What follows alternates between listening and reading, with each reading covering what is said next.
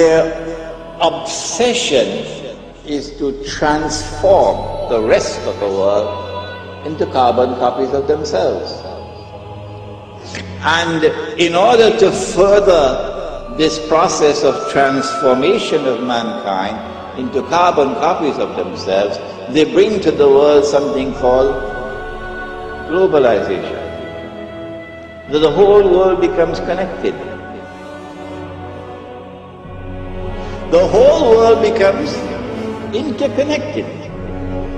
And as the world becomes interconnected, television is used as the master instrument for brainwashing the rest of mankind and causing mankind to become copycats of the West.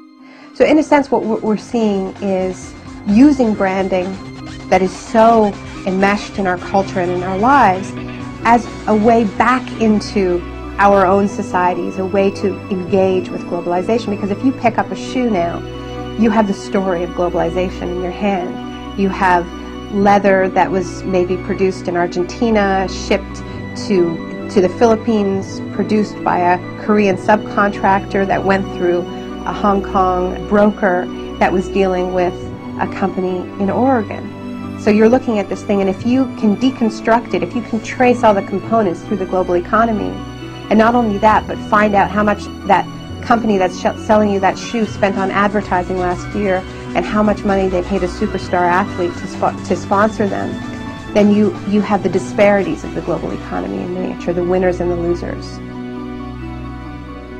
What we've seen in the past 6 years is an explosion of brand-based investigative activism, where you have campaigners that have peeled or looked behind the brand, peeled away the facade to see how the goods are produced.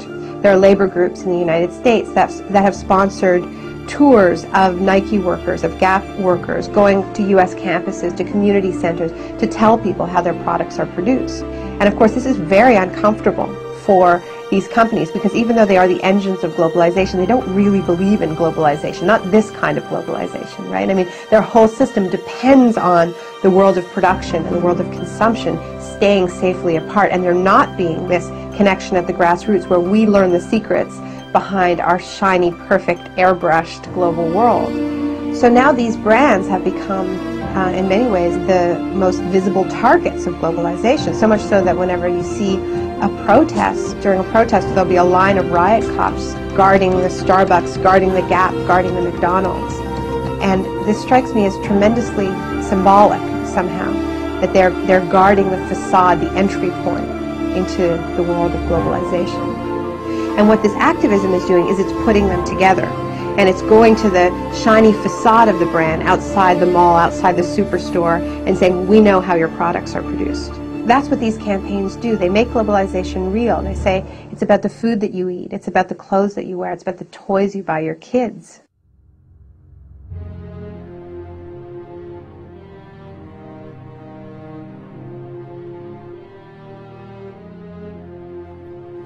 Globalization is a system that ties in industries from around the world to be working for the same business interests. A machine, globally fulfilling the needs of the few, teaching you that humanity will perish without it.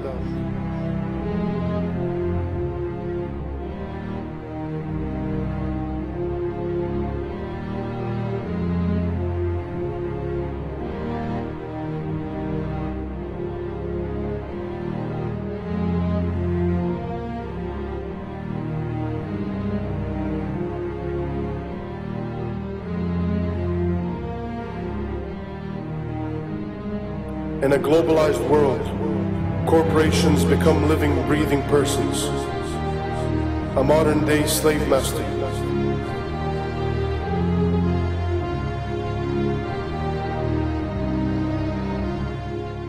These are a special kind of persons which are designed by law to be concerned only for their stockholders.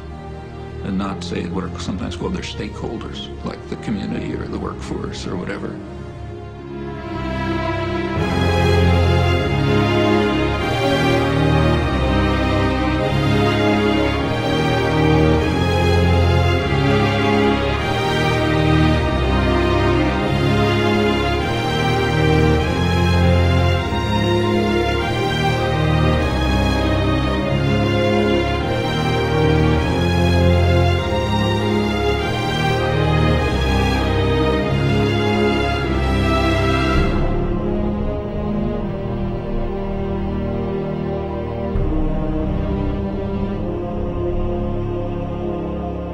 We are deceived into believing that without the system, we won't survive.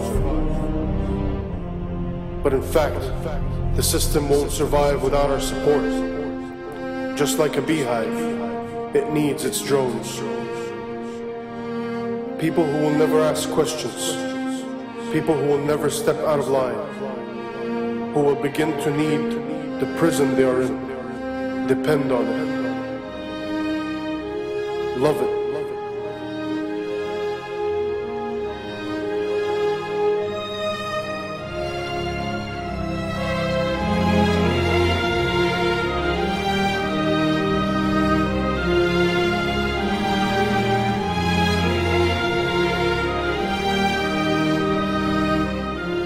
Have we lost our humanity? Have we become the gears of the machine? A machine which only survives by feasting on us, guzzling us up, digesting us, only to excrete out its capitalism.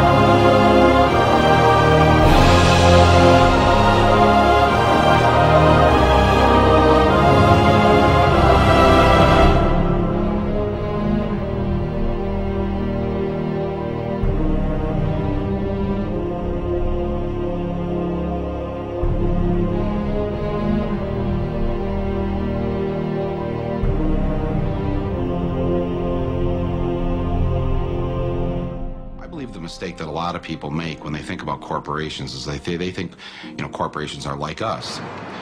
General Electric is a kind old man with lots of stories. Nike. Young. Energetic. Microsoft. Aggressive. McDonald's. Young, outgoing. Monsanto. Immaculately dressed. Disney. Goofy. The Body Shop. Deceptive. They think they have feelings, they have politics, they have belief systems. They really only have one thing, the bottom line. How to make as much money as they can in any given quarter. That's it. Of course they make a profit, and it's a good thing. That's the incentive that makes capitalism work, to give us more of the things that we need.